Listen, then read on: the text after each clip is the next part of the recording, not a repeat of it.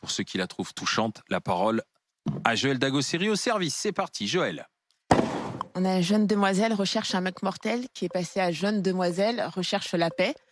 Et moi, je la trouve très touchante parce que Diams, c'était et c'est pour moi la plus grande rappeuse française. Elle a laissé un manque mais incroyable. En tout cas, pour les gens de ma génération, un manque qui se fait sentir encore aujourd'hui. Et même quand elle ouvre la bouche, quand elle parle, on sent le phrasé, on sent le flow qu'elle avait. On essaie de le retrouver, on le retrouve assez facilement. Et on t'explique quelqu'un qui était au sommet de sa gloire, qui avait tout pour elle, des récompenses, tout, du public, tout ce qu'elle avait été au bord du suicide. Ben moi, quand quelqu'un comme ça vient prendre la parole et m'explique qu'elle a trouvé la paix dans la religion, peu importe si ça avait été du bouddhisme, du christianisme, peu importe, et qu'elle se sent en paix et qu'elle s'est pas suicidée, eh ben, ça me touche. On connaît des artistes un peu, on voit des Amy Winehouse, on a le club des 26, des gens qui sont morts en pleine gloire. 27. Ouais, des 27, pardon. Des personnes des jeunes artistes qui sont morts en pleine gloire et qu'on adule aujourd'hui. Ben, je préfère une artiste comme Diams, vivante, ouais, qui me manque, c'est vrai, mais vivante et qui explique qu'elle a trouvé la paix plutôt que quelqu'un qu'on irait voir au cimetière et qu'on mettrait dans le club des 27. Monsieur Didier Giraud. Ben, moi, ce que je trouve, révoltant est peut-être le mot. Gênant, on a mis gênant. Ouais, gênant. Oui, mais Ouais, sur la c'est mieux. consultation, on a mis révoltant. Alors, Ouais. Je trouve qu'il y a quelque chose mais- d'indécent là-dedans.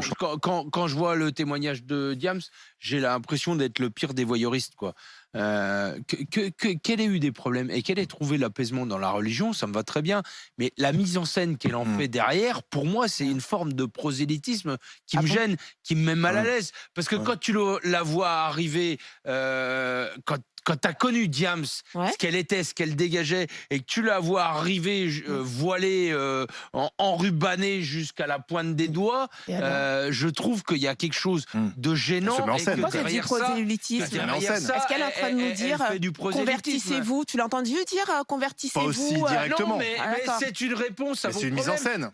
La mise en scène de son témoignage, c'est regardez, ma religion, parce qu'elle dit pas devenez chrétien, ma religion et la façon que j'ai eu de m'en sortir, c'est une façon que vous pouvez avoir vous aussi pour vous sortir de vos problèmes. Ça, je suis désolé, c'est du prosélytisme. Mais ça, c'est ton interprétation, ça. Bah, mais bien sûr. Quand tu décides. Mais ton émotion, c'est ton interprétation tu viens dire tu viens lui mettre des mots dans la bouche qu'elle n'a pas prononcés. Et j'étais étonné de voir que finalement, on était plus attiré par le discours de Diams que par cette actrice iranienne. C'est la première fois qu'une iranienne avait appris l'interprétation. Et je me dis, voilà, c'est peut-être ça le problème en France, c'est qu'aujourd'hui, en France, c'est qu'on ne choisit pas forcément les bonnes personnes à mettre en avant. Oui, donc le problème en France, c'est qu'on est attiré par des artistes français qui nous ont fait rêver, chanter. Oui, c'est un gros problème d'être et qui est partie se réfugier à l'autre bout de la planète. Peu importe, ça reste quand même une artiste française qui a eu un succès incroyable. Et donc, excuse-nous d'être intéressé par quelque chose qui nous parle. Non, c'est pas ça, c'est qui est le dans modèle. nos souvenirs et dans nos mémoires. Oui. Donc, mais t'as pas eu on n'a l'impression. eu aucun problème. Rien te gêne. On n'a eu aucun problème. Elle faisait un peu la télé-réalité on du n'a eu Coran, là. aucun problème avec la communication de Stromae sur la charge, sur les maladies mentales et sur le 20h où il a pris la parole. Il vendait. C'était aussi une promotion. Il nous a pas dit qu'il fallait se réfugier dans la religion. C'était aussi une promotion, il ne faut pas l'oublier, d'un album où il a montré son émotion aux 20h et où c'était aussi préparé. Donc ça, il n'y avait aucun problème. Par contre, Diams qui vient te dire qu'elle a failli mourir et qu'elle a trouvé la paix dans la religion parce qu'elle porte le voile, ça nous gêne, effectivement. C'est la religion rigoriste. Et parce qu'elle déconseille à ses enfants d'écouter de la musique. Toi, ça te gêne pas, ça? Moi, ça me gêne aussi quand j'ai des médecins qui disent à leurs enfants non, faites surtout pas médecine. Ouh là là, surtout pas. Non, mais c'est pas la même chose. Ah non, mais alors, ça, c'est quand tu as fait quelque chose non, mais et que c'est en phase avec et que tu estimes que ce n'est pas bon. Sa façon de pratiquer la religion. Rima, bonjour Rima. Oui, mais elle nous dit pas de faire pareil. Qu'il y a derrière le phénomène de Diams, c'est une non-acceptation, en fait, qu'elle ait arrêté de chanter, au sommet de sa gloire, s'en fout. Et qu'elle se soit, enfin, quand je dis non-acceptation, c'est pas dans le sens, c'est pas dans le mauvais sens, c'est qu'il y a comme un deuil qui ne se fait pas parce qu'elle a arrêté et que personne ne comprend comment tu peux arrêter alors que tu es au sommet de ta gloire et que tout te réussit. Ça, c'est quelque chose que les gens ont du mal à comprendre de manière générale. La deuxième chose, c'est qu'on ne comprend pas comment une jeune fille qui rappe Donc avec vraiment, enfin, le rap c'est un milieu d'hommes, hein. Donc une jeune fille qui rappe, qui est aussi émancipée, peut basculer de l'autre côté dans un côté. Oui.